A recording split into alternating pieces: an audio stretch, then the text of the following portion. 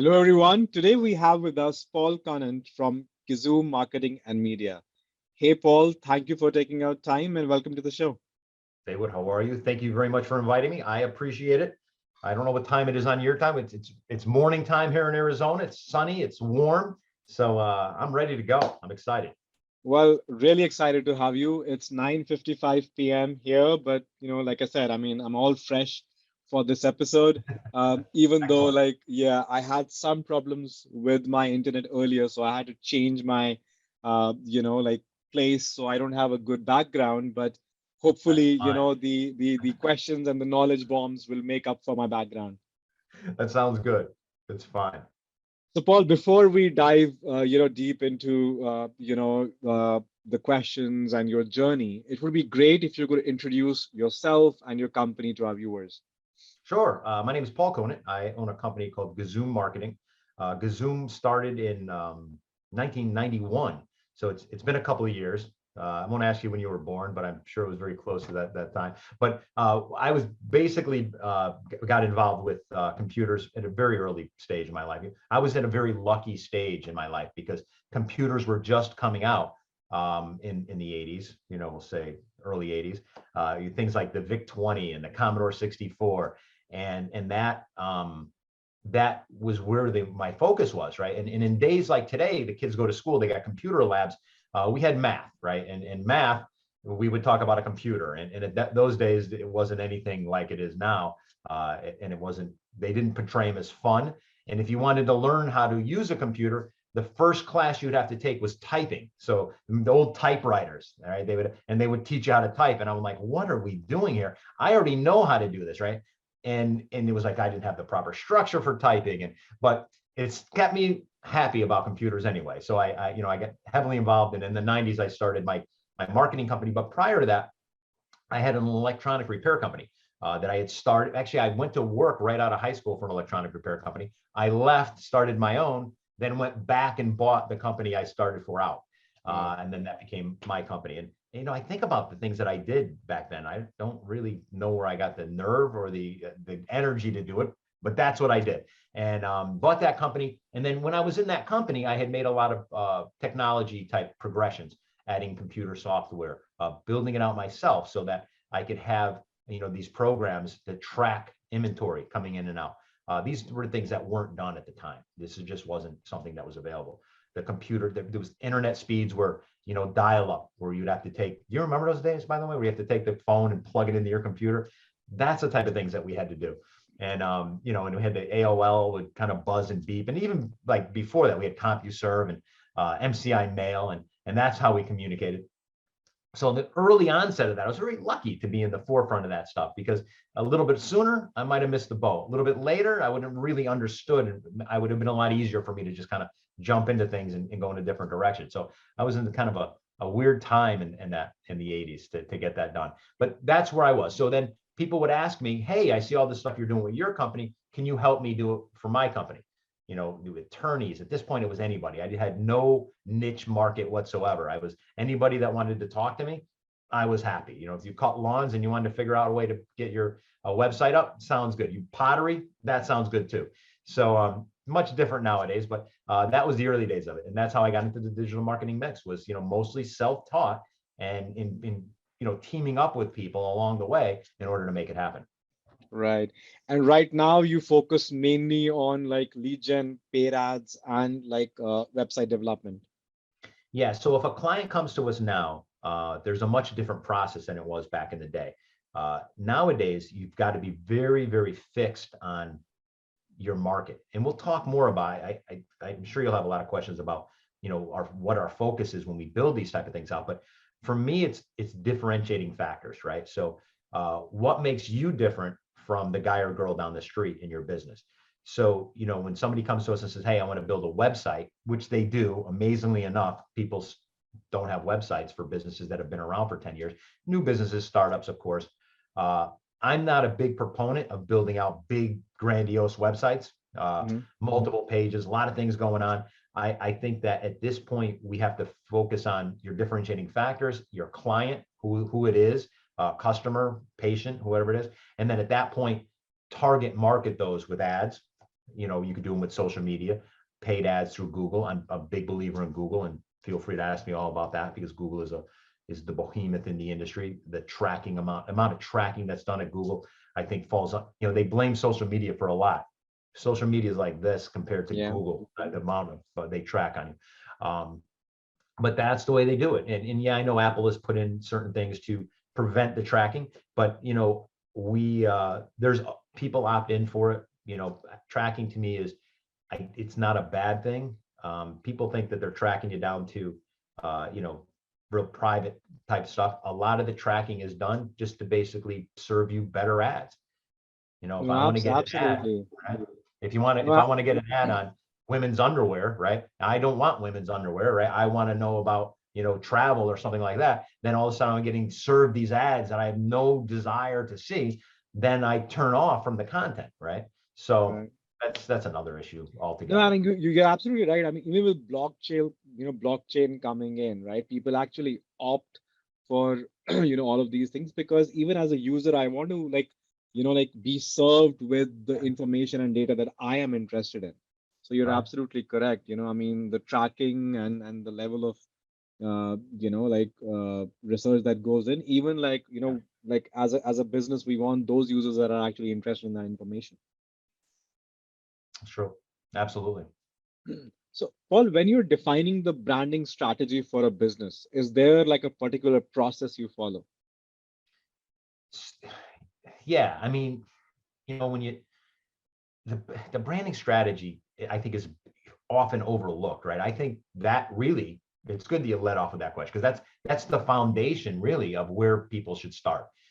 I don't care if you're a 20-year-old company or if you're a 2-day-old company, your branding strategy should be the idea. Look, we don't have Coca-Cola money or Pepsi money or Nike money, but what we do have is a way to compete. We have to compete against companies that have big budgets. And the way we do that is we set up our core strategies, right? So, and differentiating factors. So, and so much I got on my mind with that. The differentiating factor has to be economically so solid too, right? So your differentiating factor can't be, hey, I make blue refrigerators, and then you throw the blue. I'm the only one that makes blue refrigerators. Look how different I am. And people will be like, okay, great. How many people want a blue refrigerator? But you're the only one that makes it, so sounds good. We'll go to you for blue refrigerators. But if you kind of pull yourself back to the days of Henry Ford, right? So Henry Yeah. Ford in the 20s made cars, right? So his differentiating factor a lot was cars were black, right? And there was a reason for that, right? His differentiating factor of being these black cars was an economic reason, right? So Yeah. why? He had to use a particular type of baked enamel paint, right? Which happened to be black. And that's what they did in the cars. Well, it made him be able to produce millions of cars, because it took the drying time down that they would spray these cars in the black paint from 3 weeks to 3 days. It brought up his costs, or his profits 50%. So that's a true differentiating factor that you could talk about in his case. You have to find that in your business. So as you start developing, your idea and where you want to go in the direction, yeah, your branding strategy has to say, okay, here's our look, here's the people we're going to serve, and the people that we're going to serve, here's the differentiating factors. My wife's a dentist. I got heavy into the dental field for marketing for years. I'm pulled myself back a little bit from it more recently due to a lot of things that are happening in the dental industry. And I'm more into other areas and doing things. But I will tell you, sitting down with a dentist and saying, hey, what's your differentiating factor? 90% of them would say, I mean, we do general dentistry. It's the same as, John down the street or Sally up the road. And you're like, no, you got to give me some really good, because when we make this website, our main focus has to be to really hit your avatar. And that's another Right. thing. Very few people develop their avatars. And an avatar, I mean, this is the person they're trying to target, right down to, the demographics. We're trying to target females, 20 to, 62, that make the healthcare decision buying in the family. They have, a minivan, they have, 3 children, they have, this type of You build that avatar out so that they really understand who their target marketing. And then at that point, you get into, okay, what would they want? What would that client and that demographic like? What does the branding look like? The colors look like? What does the feel of the website look like? Do they use mobile phones? Do they not? All this is all started before you even start a campaign. Yeah. Now, the problem with that is most people don't want to go through those exercises to get to that level. The problem is if they don't do that, they don't get the results that they wanted because their net is so wide that they're getting in what are they, the tire kickers, right? The tire kickers is an old thing they say from the US, right? The guy, it was an old ad in the days where people had a car and they go, can I kick the tires? Does it have a motor? They ask the questions that are a name that nobody cares about, right? So you do that in your marketing ahead of time and you'll spend a lot less on advertising your business and you get better leads from there. So it's a long answer to your No, question. but absolutely makes sense. I think also like, like there's this disconnect or, like this thing that people miss. One is like, okay, fine, as a business owner, I know that, like I want to target these kind of clients. But I think also what's more important to spend time and do some research and maybe, like do a survey where you also see that what kind of perception do exactly like, the end users have of you as a business. Because, I think that's the only way to qualitatively actually measure whether, like the branding or the brand image that you're trying to portray, is it actually, are you able to portray that image or like, is the end user not, like thinking about you in that ways?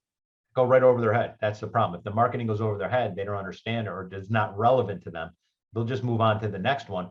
And if somebody's making it very simple for somebody to do business with them, that's going to be the very, best choice for the end user. So yeah, you're absolutely right. Right.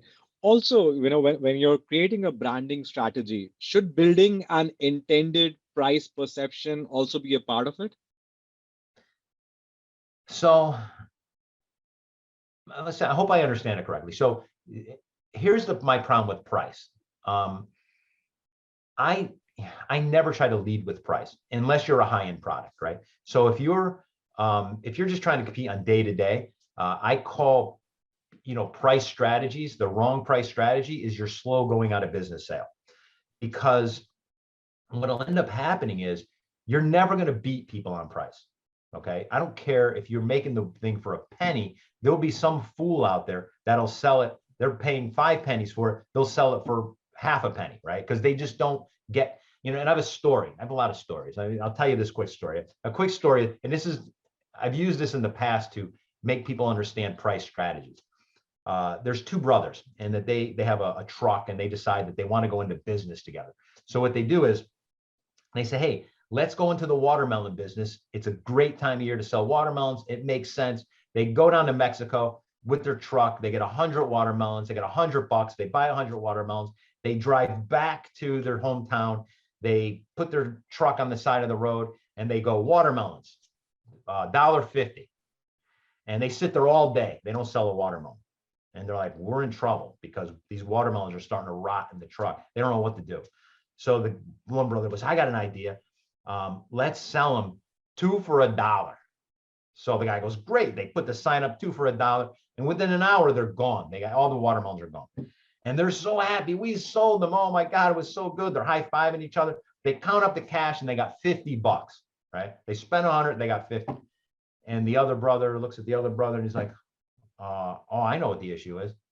And the brother goes, what? He goes, we need a bigger truck, right?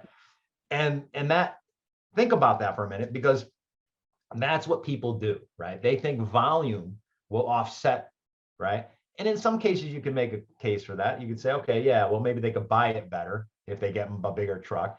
But, at the end of the day, that's the way a lot of business owners make their decisions on pricing without really knowing or following anything about pricing. So, I always say that Groupon, probably heard of them, right? A lot of people go to Groupon. They want to buy that low end, but the problem is they don't have a strategy when they go to Groupon. So they sell on price and they don't do anything on the back end to say, hey, upsells, additional services, things like that, that could use Groupon for what it's, not just to get leads, that's the cost of the lead, but then use it other ways for Groupon. And, we've targeted that market for years, some very, very successfully, some very unsuccessfully, depending on the strategy as we watch it. So price is important. If you're a high-end product, maybe you want to lead with price because that prevents the tire kickers, right? Because they don't come in, they're like, oh, it's $1,000. They know it's $1,000, right? They're not coming in, oh, I only thought it was $50, right? So you definitely have to have a strategy for it, but I would say let your marketing kind of promote that it's a higher price or a lower price. But if it's a lower price, please, by all means, don't try to kill yourself because you'll go out of business within years. I've seen it so much where they price some sites right out of the market. They don't know the costs. They don't know the KPIs. They don't know anything. They're just like, oh yeah, well, they're charging 100. I'm going to charge 100. Just because they want to go out of business doesn't mean you should go out of business. And then you have to have justifications to that when people come into your door and say, hey, Joey down the street's charging $100. Why are you 150? Differentiating factors kick in there, right? Oh, by the way, Joey's not licensed, right? So he can charge $100 if he wants. Here's the reasons why. But I mean, that's a blatant one. But there's probably 20 reasons why you should get more for your product. And if you don't have those differentiating factors, you have to make them, right? You have to. Why your business? Is it hours? Is it the services that you offer? Is it the level of products with dentistry? It's a big one because we could do $100 cleanings, right? But we could also compete against a $29 cleaning. Well, what's the $29 cleaning consist of, right? Maybe it's not even the same. List it out, show the people all the things that you get for it. And then they'll be like, wow, well, Joey doesn't do that, or, Yeah. And then you're like, okay, well, that's our differentiating factor. So those are the things about pricing that are really important. I get passionate about pricing because I've been kicked too many times at pricing over the years, especially in retail, where you have to be perceived a low price to get the person in the door. But then you have to kind of build up what are the benefits of the pricing, why you're at that level. So. Right. Well, thank you for sharing that. It definitely helps understand the entire branding strategy and, like whether you should go for the price or not. So thank you so much. That's good. Paul, what makes Gizoom's approach to website design different? So, differentiating factor, right? So why are we different than the others? Websites as a whole have come a really long way over the years, right? So the original websites that you would put out there were kind of these online branding brochures, I'll call them for lack of a better word. They were designed in, in different languages, right? So what we try to do is keep it consistent to what the client needs. So when we, it may not be a different website, we make a WordPress site, or we do a Shopify site. We both companies will do. You could compete against, I'm probably competing against 1 million people out there that do the same things. The difference is the line of questioning that we come up with ahead of time. We care about the branding strategy of the website as opposed to just throwing something out there for you. You want a free website? People come through, I want a website for $250. Oh, that's no problem. We're not going to do it for you. But you could go to Wix and you could do your free little website. Oh, but that doesn't give me the look that I want. Well, that's a whole other story. Does it give the message to the customer that you want? So we have kind of a line of questioning, some of them I get automatically from talking to the client. And they're like, here's what I want to do. I get it. There's one recently, a fitness company that I got it. As soon as he was mentioning, it's a man and woman partner, and she mentioned to me something, and then he mentioned, I said, you know what, I get it. Let me put something together, show it to you, and you tell me if it's right. And they're like, wow, you got it right off the bat. Some of them, I have to tell you, I go around in circles with the owners because I ask them the questions. They don't know. It's confusing. Their website's confusing. And that's not what we build, right? So I pull myself back and I go, look, I don't think I can help you at this point, because if I don't understand it, then I can't make the person land on the page understand it. So that's a differentiating factor between us. We have to understand the message, and it has to be a targeted message, or we're not going to do the website. I've tried to do it in the past, and it just gets people mad. They don't get it. I don't get it. And what I've noticed is since I've taken that approach probably about 10, 15 years ago, I do get less websites, right, that we would design. And I don't like as a whole being just a website design company, because that's only a tiny portion of the factor to increase your business. I like to be part of the design process, getting that set up, and then actually establishing a marketing, kind of strategy for them. It's all in that plan. That's the important, bigger factor. But since I've stepped back and said, we just can't help you. What I'll do is I'll go back and track the individual and see where they are on that process. And I will tell you, 95% of them will never go to and make anything, because they're so confused and they have such a wide, range of things that they want on it, that it never comes out right for that individual. So that was an eye opener for me years ago. That's probably saved me a lot of time, and probably the reason why my blood pressure is kind of evened out at this point, because it was, you just get frustrated when people have these ideas and they don't know how to articulate them, and they can't differentiate themselves. And you're like, well, I don't know what I can tell you. I can't help you unless we fix that first. And they don't get past it. You're absolutely right. Because like I said, the reason I asked you this question was, and like while I was listening to you, website development, it's such a tricky service to sell, even like as an agency, because you're right. I mean, if you don't understand the client's requirement, like if you're not able to understand it well, then that project can just go on for ages, never get complete, and ultimately like becomes such a big, again, it gets a bad name to your business, but also it's such a, like a loss maker for you at the end of the day. But That's if right. you do understand the requirement well, the client is so happy because he gets the website that he loves. You get the profit, but you also get, because then even like doing marketing for that client makes sense, because he has got that website, because website is something he can like he can feel, he can see, it's tangible, Yeah. right? Yeah. Marketing is something you can go wrong, but since you have delivered a good websites, the client trusts you. And so I think you're absolutely correct. For website development, it's very important as an agency to take up a client only if you actually understand the requirement and you're 100% sure that you'll be able to deliver. Yeah, don't be afraid to say I don't get it. I mean, I think that was probably an early on lesson, kind of a novice when we were building it out. I would take on anybody. Yeah, no problem. Plumbing website. Let's do it. Let's do this. Um, and you could ask me reasons why I developed that, because there's things that we developed, software we developed on our back ends that made us realize that, what works and what doesn't work for clients. And that was all based on tracking. And I'm a big believer in tracking. So I feel, because of, not just Google Analytics and analytics software, but we built the phone tracking software, URL tracking software. And, those type of things have helped me better understand the clients and where I wanted to be. I'll give you an example. So built a website for a plumber. We built, and it was a great website. It ranked number one for years. It was number one in Google local for years. It was a wonderful job. So what happened was he comes to me, and we were doing some marketing for him, some citation marketing for people who know what that is.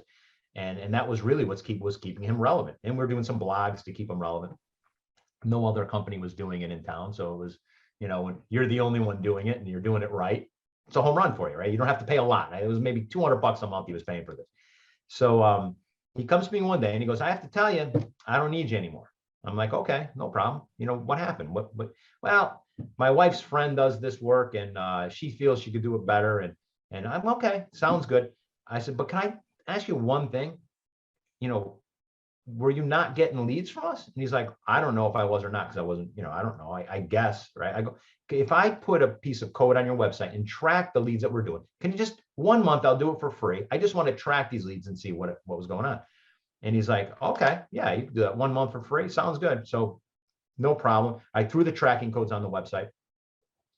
And we were watching the phone calls come in, because we put the tracking code on Google and we put the track code on the website. So we knew different calls, right? If with tracking codes, you could do it so it flips. So if it comes from Google or Yahoo, or you put it on postcards you send out, I had like 4 or 5 numbers, and we tracked all the calls. And what we found is that, our pay-per-click campaign that we were managing for him for nothing, he was paying the ad spend separately, was pulling in the most leads.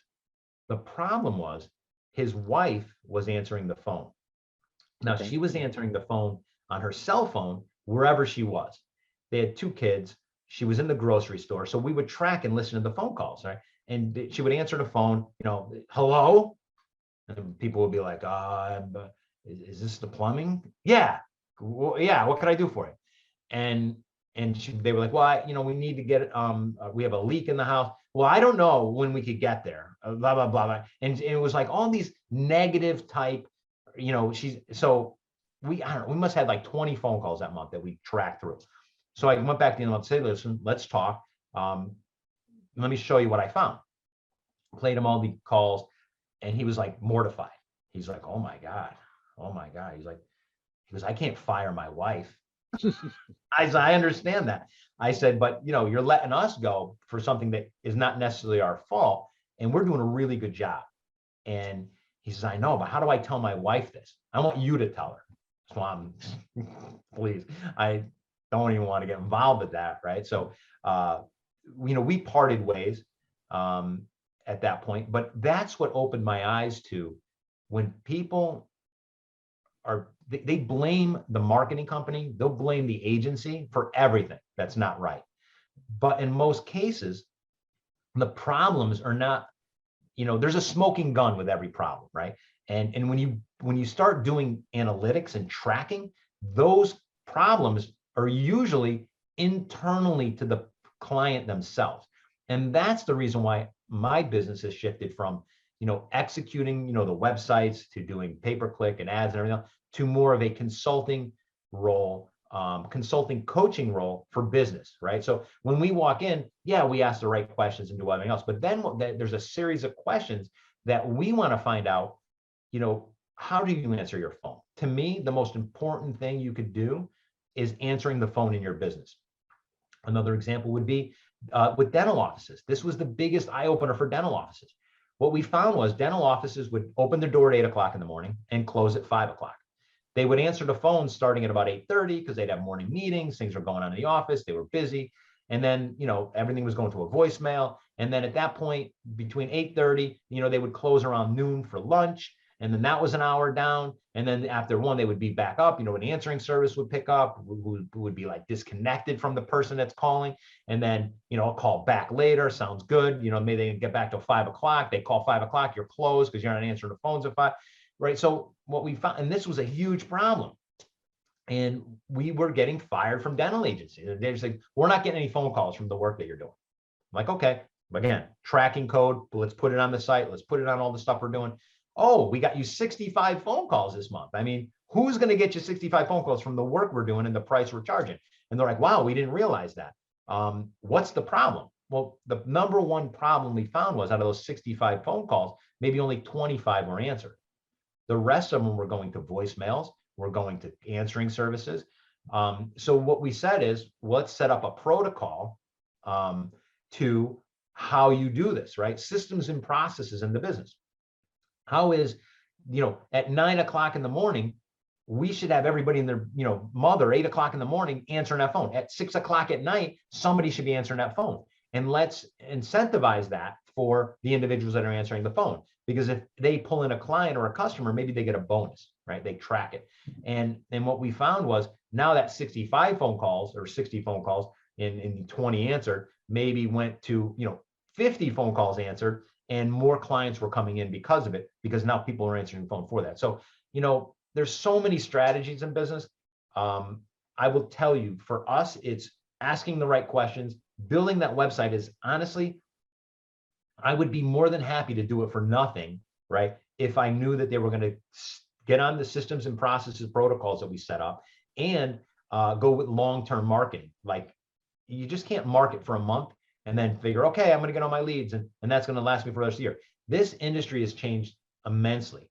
And I will tell you, if there was one good thing, Yellow Pages, do you remember Yellow Pages? Yeah, I do. Right. So Yellow Pages, kind of a passe thing. But if there's one great thing that they've ever did, was letting people know that they had to be in for a year. And why is that? Because there's ebb and flows in businesses, right? So, you might not, say you're a dental office and January, February, March is your high time. And then it starts dipping, April, May, June, July, and then into September is your low time, right? Well, what happens if you're a dentist and you're like, decide, I'm going to start advertising in July, and you jump in with this agency and you're like, okay, great. July, August, September, you're like, you guys suck. I got no business whatsoever from the ad spend you put in. I'm done. I'm done with you guys. And the agency's like, okay, well, we did our best. Let's just find somebody else. My conversation would be, look, you're in July, right? So let's get the smallest budget possible to kind of build up, retargeting, and all this, good stuff that we can do for you. And then let's start pouring on in November. So we amp ourselves up for end of the year insurances. So you really got to know that business, right? That's why I say niche your business, where before I was taking everybody on. Well, I could tell you dentistry in my sleep.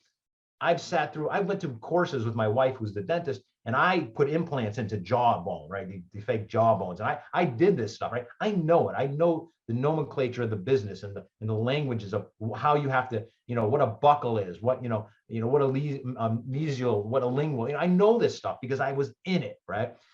There's no better agency that they understand your business and they've been into your business. There's no better agency to go. So that's a good factor for making your decision. Is it two kids in a bedroom that decided to do dental marketing and they've had some success with social media ads? Or is it somebody that's lived, breathed, and has been in this business and is asking the right questions and understands the pain points of the business, right? That's the agency you want to find. So that's our differentiating factor. I won't go to you and say, hey, I'm the most proficient, plumber or ACH that there's going. I haven't been in that business, nor do I understand it. Yeah, because over the years I've had clients in those businesses, so I get it. I'm a homeowner, so I kind of get it from a homeowner's point of view. But I won't profess to be the best in those areas. You get me into dental and consult with that. We have a dental office now. I know the pains of the dental office. You want to ask me about retail business? Retail's been my life, right? I've lived retail. So those are the things you have to do. If you've been in it, and when we compete against other agencies, why are you different? Why should we hire you over this one? Well, I don't know at the end of the day what I'm up against, but here's what I'll tell you, what we bring to the table. And at that point, it's not just an optimized website, right? It's a whole gamut of stuff. Matter of fact, I've got connections with Dawood. Dawood is my expert in link building, right?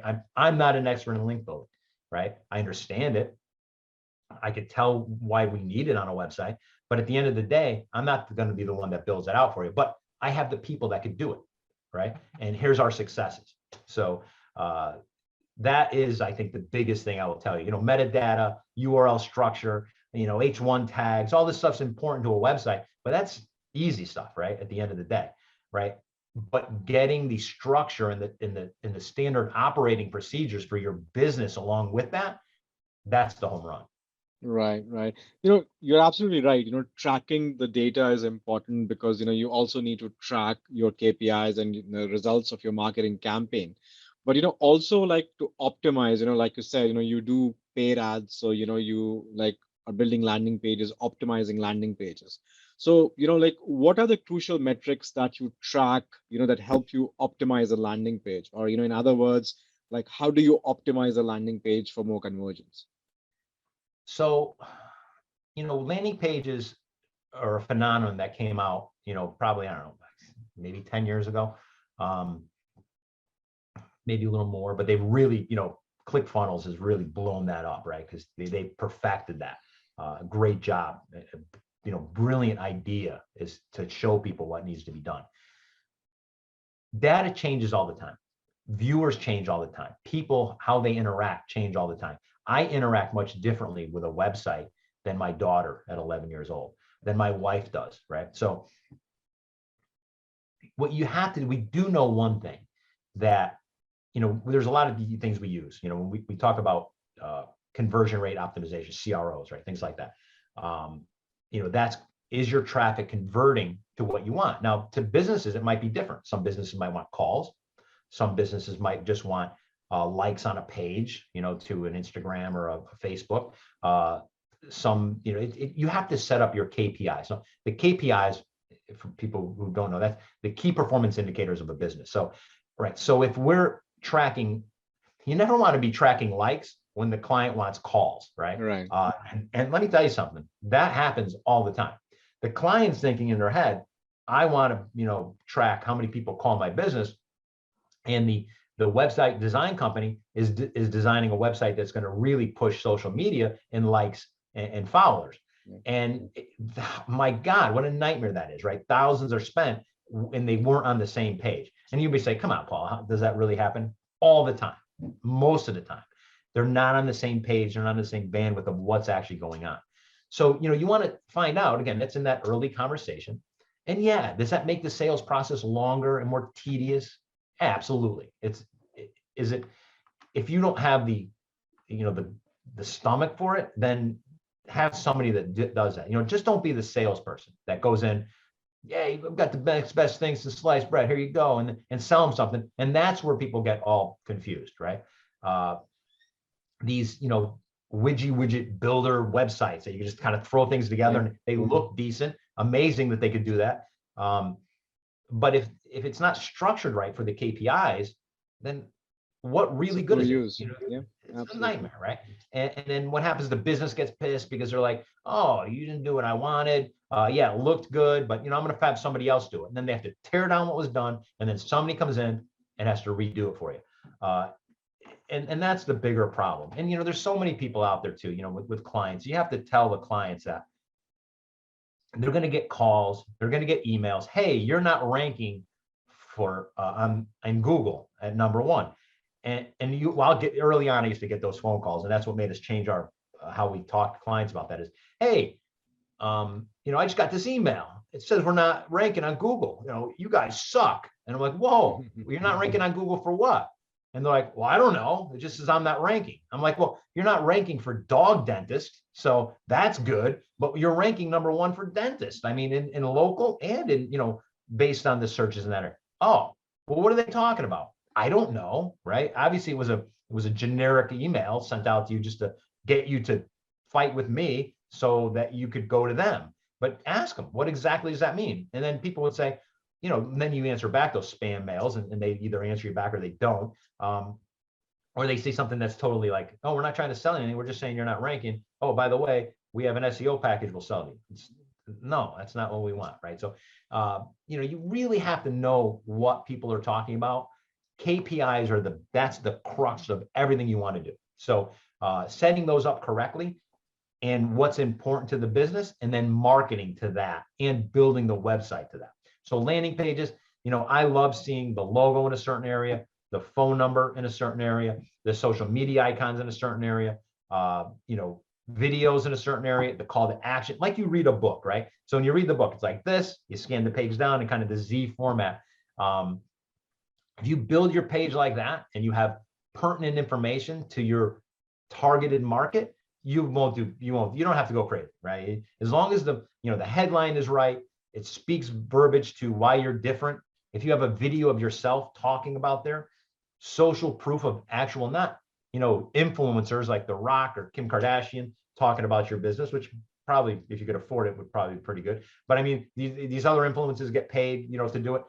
Have real people talking about your business. Ask your clients, the people that know and love you, fans of your business, to give a little video.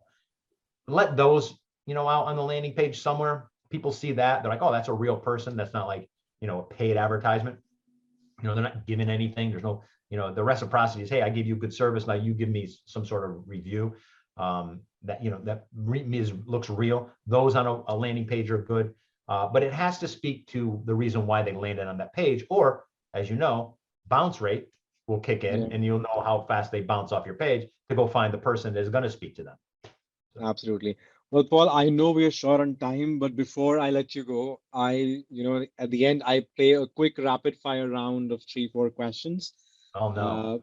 So I'll try not to talk. If you notice, I talk a little bit. So yeah, I'll try to cut my answers down. So this you have to play like a real rapid fire. So just answer the question, we move to the next one. Got it. All right, I'll try. This is hard for me. Well, I mean, it's a good challenge then. All right. Right. So describe yourself in 3 words. Oh, passionate. I think funny. My wife would argue with that. And dedicated. one subject you would like to learn more about? I would love to deep dive AI. I think that to me is an incredible process, but I would at a higher level. I understand dumb AI. I want to know real smart AI. Right, right. What is your go-to lazy dinner? Oh, chicken sandwiches. I love making chicken sandwiches. Fried chicken sandwiches, the best, or peanut butter and jelly. Either way. A night out or a night in? A night in. I'm kind of a Netflix, sit on the couch and watch Hulu, you know. What is the last season you watched or you would So recommend? super pumped. I just finished. Well, there's one more episode, two more episodes. I think there's 7 episodes. Whatever. I binge watched the 5, 6 episodes that are out there already. I have to tell you. I mean, that if you don't know what that is, that's from Uber. It was kind of the back end of what's happening at Uber. And to me, the funny thing is, everything you see, go and verify. Everything is true. So it's. I'm sure there's a little bit of embellishment along the way, but 90% of what you see there is true. And it's amazing. It's a funny, especially for our industry, because that kind of has a lot to do with the technology industry and what they did and how they did it. Man, what a mess! What a mess! So it's a good one. Well, Paul, thank you so much for your time. It was fun having you. Dawood, listen, pleasure. Call me anytime. I love to talk. So it's if I have time, I'm always ready for you. So I appreciate it. Thank you. Thank you for your time, man. Take care. Thanks, Dawood. Take care.